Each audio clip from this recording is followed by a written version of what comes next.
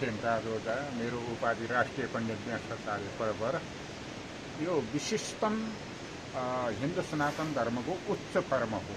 यस कर्मबाट 33 करोड देवताहरू लाभान्वित भएका हुन्छन्।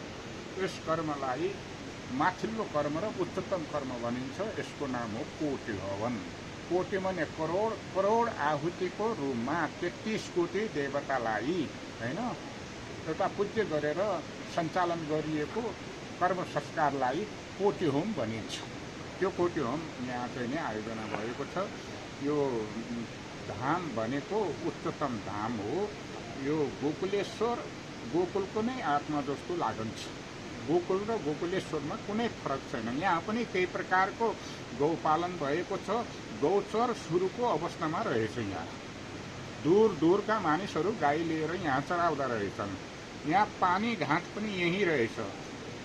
यसै पानी घाटमा गाईहरू गाई चर्ने रहेछन्। भन्दा भन्दै यसलाई चाहिँ नै गोकुलको रूपमा गोकुले बनिएको प्रमाण यहाँ प्रशस्त मिल्यो।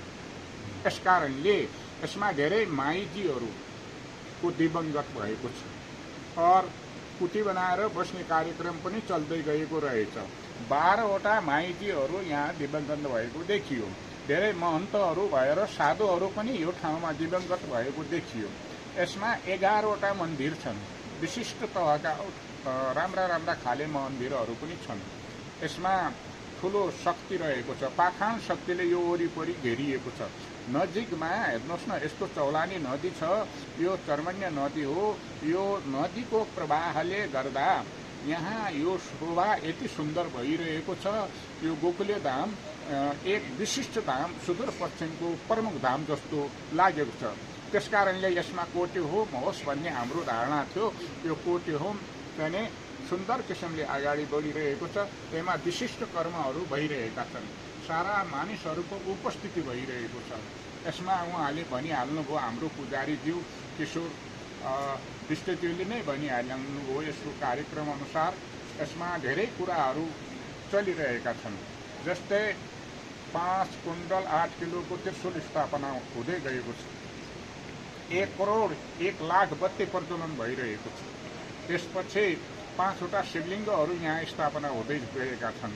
त्यसपछि यसमा 108 गाईको दुधको दुग्धधारा यहाँ भइरहेको छ हैन। त्यस्तै गरेर अन्य संस्कारहरू, खीरको हवन, 108 गाईको खीरको हवन यहाँ भइरहेको छ। राति कीर्तन भजन तमाम किसिमका भक्तहरू आइरहेका छन्। यसको मतलब के हो भने यसको महात्म्यलाई लेखेर केन्द्रमा पठाउने मेरो इच्छा छ। त्यसकारणले मैले यहाँहरू साथमा बसेर यो कार्यक्रमको समायोजन गर्न म तयार भएको हुँ। यसमा ठुलो योगदान छ। यहाँ हाम्रो आयोजक समिति हैन, यो कोटि होमका अध्यक्ष हर्कबहादुर चन्दजी हुनुहुन्छ। अरू धेरै सदस्यजी हुनुहुन्छ। हाम्रो पुजारी किशोर विष्टज्यूको ठुलो चाहिँ यसमा आफ्नो योगदान छ।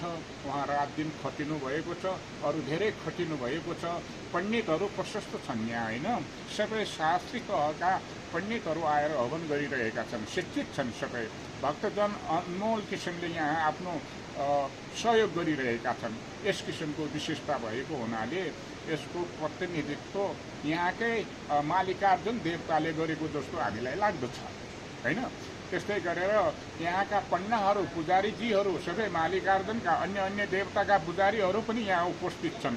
यहाँ ज्योतिषीहरू छन्। अब हाम्रो 16 गते ज्योतिषी सम्मेलन हुँदैछ। यहाँ हाम्रो 8 जनाको ज्योतिषी नाम यहाँ लेखिएको छ। 8 जना ज्योतिषहरूले ज्योतिषी सम्मेलन गरेर यहाँको कार्यक्रमको भावफल कस्तो छ भनेर हामी कुण्डली बनाउँदैछौँ। यस विषयमा शास्त्रार्थको विशेषता पनि यहाँ अगाडि गइरहेको छ। यति ठुलो भवन निर्माण भएको छ। एउटा महात्मा चाहिँ यहाँ आएर 4-5 वर्ष बसेका रहेछन् हैन। त्यो चाहिँ नै रामानन्द सरस्वती, उहाँको पनि ठुलो योगदान यहाँ देखिएको छ।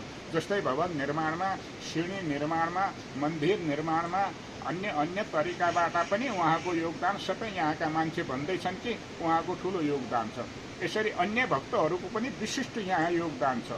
खास गरेर प्रारम्भमा ठुलो योगदान हाम्रो विष्ट ब्राह्मणजीको यहाँ देखिन्छ। किनभने लक्ष्मण विष्टजीको उन्नति आजसम्म देखिएको छ। मेला सिर्जना गर्नमा उहाँको प्रथम उन्नति देखिएको छ। अनि यो धामलाई अगाडि बढाउनमा लक्ष्मण विष्टजीको प्रथम उन्नति यहाँ देखिएको छ।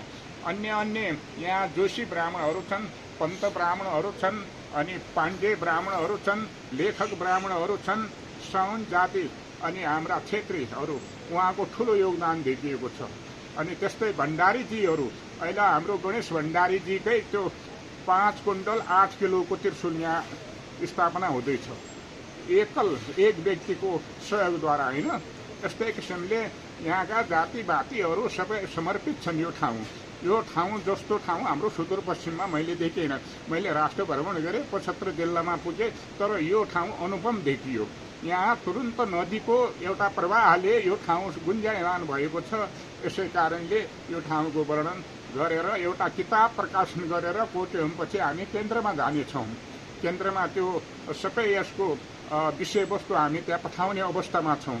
यसकारणले यी सबै सामग्रीहरू समेटिएका छन्। यहाँको कार्यक्रमको सबै कुरा पनि त्यो किताबमा जान्छ। किताब फेरि विश्व हिन्दू महासङ्घमा राख्ने कोसिसतर्फ हामी लागिरहेका छौँ। यसै कारणले यो गोकुलेश्वर भनेको एउटा पुण्यधाम हो।